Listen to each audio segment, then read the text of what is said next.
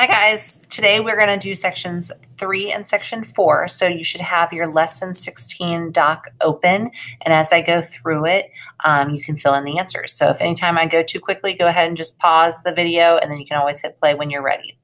So section 3 is all about trade and commerce. So what brought most people to towns was the businesses, meaning trade and commerce. So as trade and commerce grow, so do the towns. And so the first question says, how did trade change from the beginning of the Middle Ages to the High Middle Ages? So at the beginning of the Middle Ages, most trade was just luxury goods. So only the wealthy could afford those luxury items.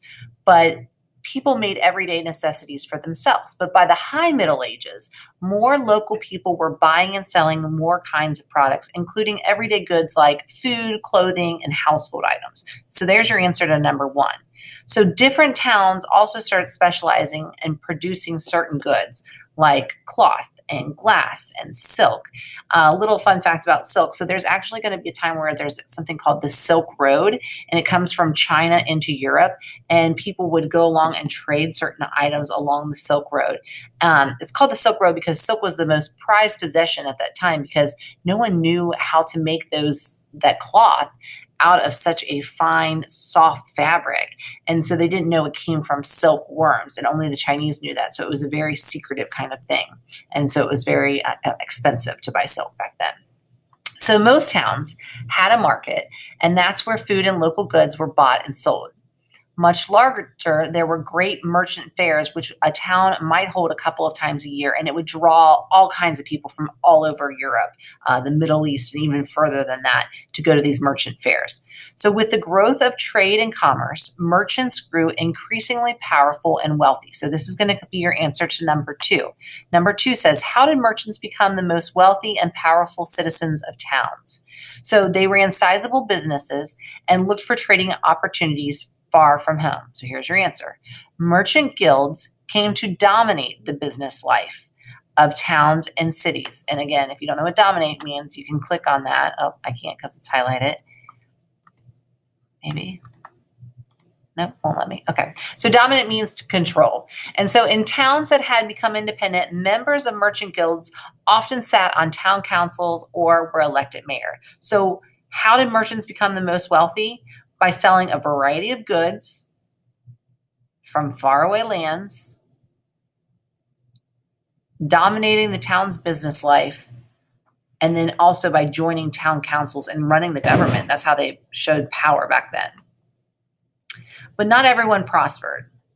Medieval towns commonly had sizable Jewish communities, but in Christian Europe, they often faced deep prejudice. So they were not treated the same. They were treated with hostility, sometimes backed up by laws, and they made it difficult for Jews to earn their living.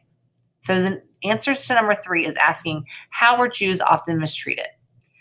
They were not allowed to own land,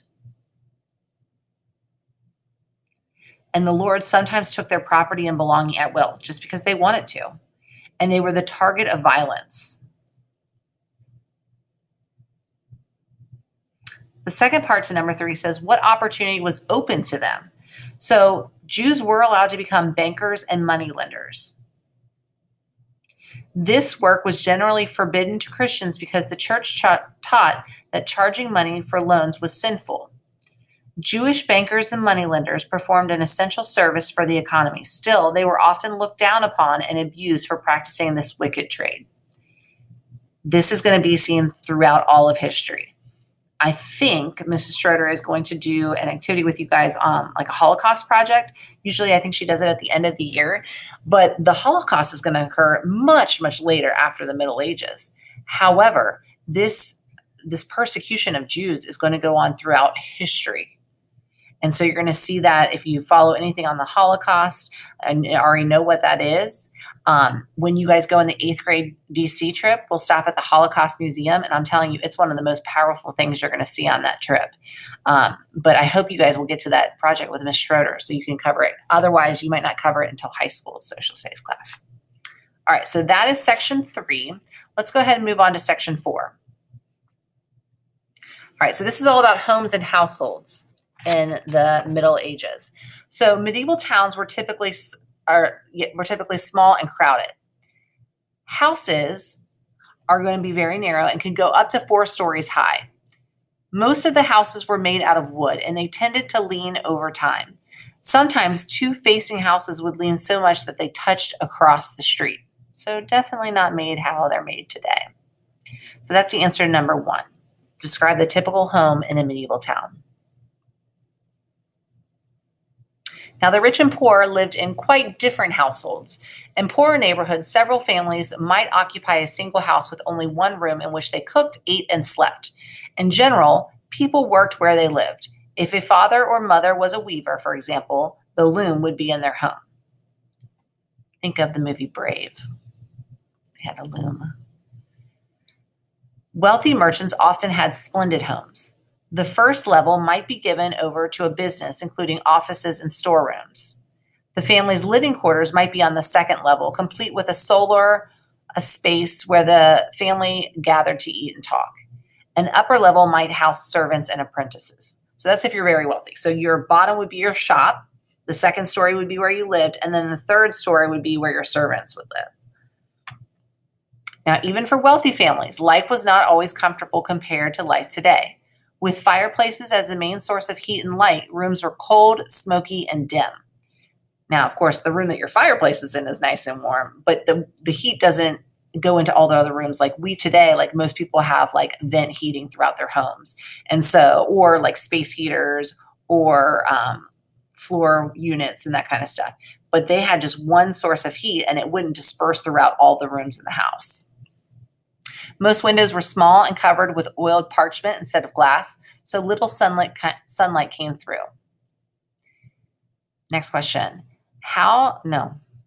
What was difficult about childhood in a medieval town? So growing up during the Middle Ages is not easy. About half of the children died before they became adults.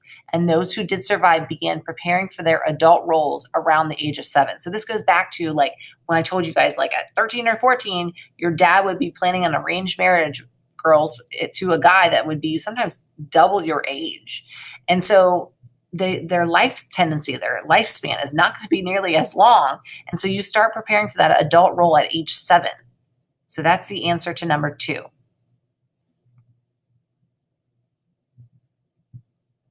Some boys and girls did attend school where they learned how to read and write, but it was usually like the children from the wealthier families. They might learn also how to paint and play music on a lute, which I played the lute for you on YouTube, but you can look it up if you are curious about it. And then other children soon began work as an apprentice, which we talked about yesterday. Now, for number 3, it says, how were the lives of medieval girls different from those of modern girls? So how was it different being a girl back then to being a girl today? So back then, everybody knew their place in the Middle Ages. Most boys grew up to do the same work as their fathers. Some girls trained for a craft, but most married very young, usually around the age of 15, and were soon raising children of their own. For many girls, their education was at home, where they learned cooking, cloth making, and other skills necessary to care for a home and a family. So for number 3, tell me how life for those girls is different from your life, being almost teenager or teenager now.